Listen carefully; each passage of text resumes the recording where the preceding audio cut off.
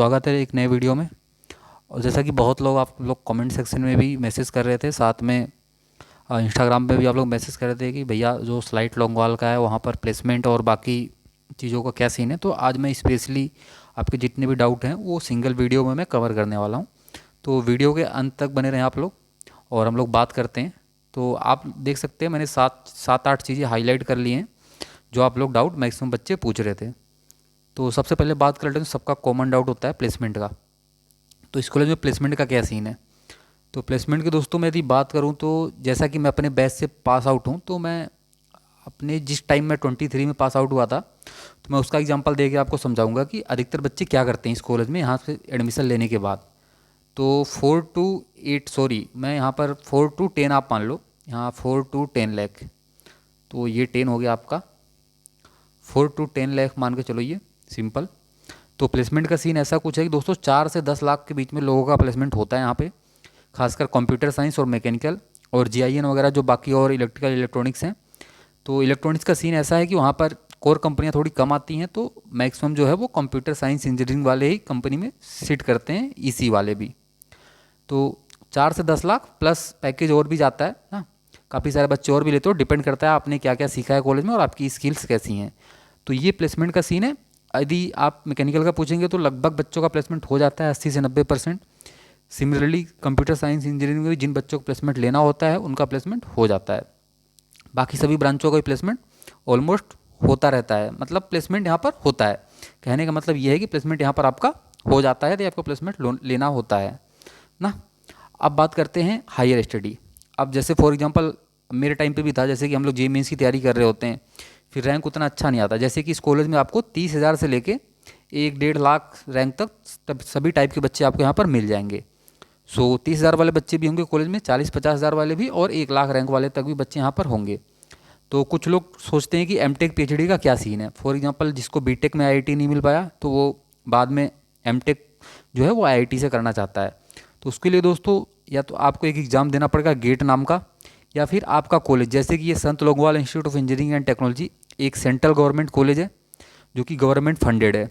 तो इसमें आपका क्या सीन है कि आप डायरेक्ट अप्लाई करके आईआईटी में एडमिशन ले सकते हैं बाई अ स्मॉल इंटरव्यू। सो आपको एक इंटरव्यू देना पड़ेगा। और दोस्तों यहाँ पर मतलब जो आईआईटीज़ हैं वो खुद विजिट करती हैं, जैसे कि पिछले बैच में 6-7 बच्चों का डायरेक्ट आईआईटी में एडमिशन हो गया था एमटेक के लिए। बाकी केमिकल वगैरह में भी एक लड़की है, तो उसका भी डायरेक्ट आईआईटी मद्रास में एमएस में हुआ था।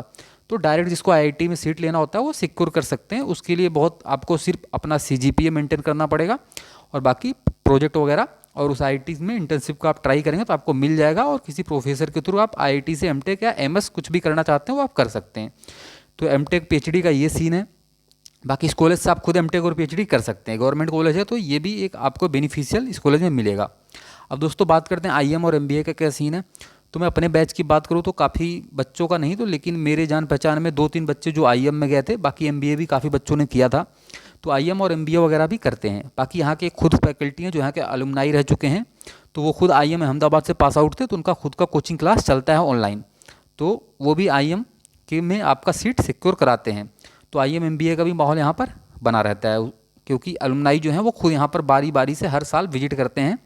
तो आईएम एमबीए का भी अच्छा यहाँ पर, यदि आपको एमबीए करना है आगे चल के तो ये आपके लिए अच्छा है। अब डिग्री की वैल्यू क्या है दोस्तों। तो डिग्री की वैल्यू दोस्तों सेम जैसे आईआईटी एनआईटी की डिग्री की वैल्यू होती है, बस वो टैग नहीं है आईआईटी एनआईटी का। बाकी यहाँ का भी दोस्तों, बाकी आप कहीं भी फॉरेन कंट्री में कहीं भी जाएंगे तो आपका डिग्री का वैल्यू उतना ही रहेगा जितना आईआईटी एनआईटी का रहता है ना, क्योंकि ये भी एक गवर्नमेंट फंडेड टेक्निकल इंस्टीट्यूट है, सेंट्रली गवर्नमेंट स्पॉन्सर्ड है, डीम्ड यूनिवर्सिटी है। तो डिग्री का वैल्यू इसका भी उतना ही रहेगा। सो इसकी डिग्री सभी जगह वैलिड रहेंगी। अब दोस्तों हॉस्टल लाइफ की बात करूँ तो मैं हॉस्टल लाइफ यहाँ पर बेस्ट बोलूँगा, क्योंकि मैंने 4 साल यहाँ पर एंजॉय किया है, तो मेरे लिए तो हॉस्टल लाइफ यहाँ का बेस्ट था। मैक्सिमम बच्चे यूपी और बिहार से होंगे, बाकी ऑल ओवर इंडिया से भी बच्चे होते हैं, सभी स्टेट से बच्चे यहाँ पर आपको मिल जाएंगे। और बाकी स्पोर्ट्स वगैरह, जिम वगैरह, मतलब कल्चर और बाकी सब कुछ यहाँ का काफ़ी अच्छा है। एनवायरनमेंट वगैरह, ग्रीनरी वगैरह बहुत ही अच्छे से मेंटेन किया जाता है। So everything well and good.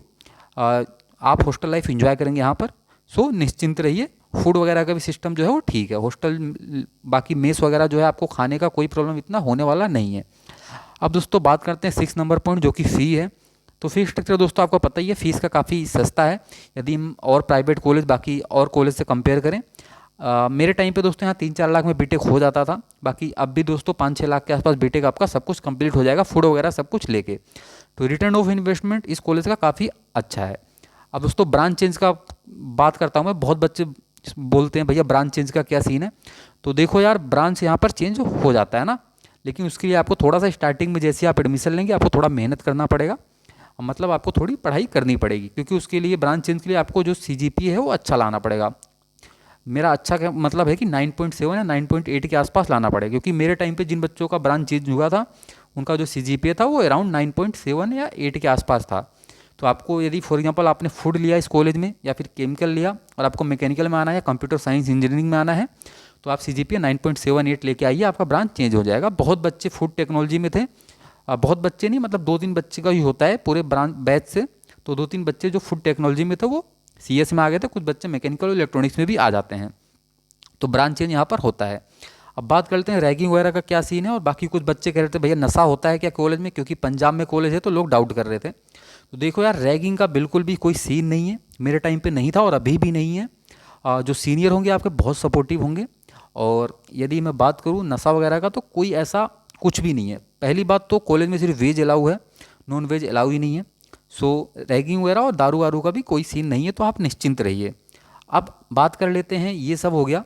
अब एक इम्पोर्टेंट जो है दोस्तों वो मैं बात करता हूँ, जैसा कि आपको कॉलेज में जाने के बाद क्या करना है। फॉर एग्जांपल आपने स्लाइड में एडमिशन ले लिया, तो उसके बाद दोस्तों कुछ पॉइंट मैं बताने वाला हूँ, तो आपको वो याद रखना। जैसे ही आपका एडमिशन होगा तो आप लेट ना करना, मतलब कि जैसे एडमिशन के बाद बहुत बच्चे क्या करते हैं 10-15 दिन बाद कॉलेज में जाते हैं, तो वैसी गलती ना करें।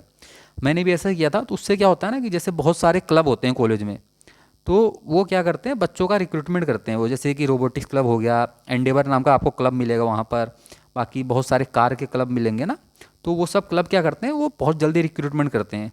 तो आप जैसे ही जाएंगे ना तो उन क्लब का एक टेस्ट होगा, उसके बेसिस पे वो कुछ शॉर्टलिस्ट कैंडिडेट करेंगे और फिर उसका इंटरव्यू होता है। तो आपको जो भी क्लब अच्छा लगे, फॉर एग्जांपल आप रोबोटिक्स में जाना चाहते हैं या आप मतलब गाड़ियों वाले में जाना चाहते हैं, तो आप जैसा भी आपका प्रेफरेंस हो आप कोई क्लब ज्वाइन कर लें, क्योंकि उससे आपको बहुत कुछ सीखने को मिलेगा। यहाँ के क्लब काफ़ी अच्छे हैं दोस्तों, आईआईटीज वगैरह में पार्टिसिपेट करते हैं प्रॉपर दोस्तों, उनका कंपटीशन होता है।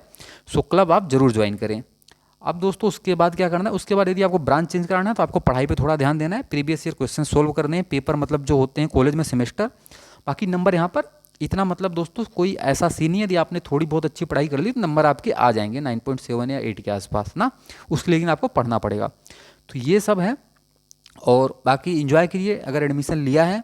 और प्लेसमेंट का यही सीन है कि यदि मैं अपने बैच का दोस्तों बताऊं, जैसे कि मैं मैकेनिकल इंजीनियरिंग से पास आउट हूँ, तो मैं आपको पूरा क्लियर कर देता हूँ मैकेनिकल का दोस्तों जो बैच का सीन है। जैसे फॉर एग्जांपल मैं मैकेनिकल में दोस्तों जितने भी मेरे मतलब दोस्त थे, तो उनमें से मैक्सिमम लोगों ने प्लेसमेंट लिया था।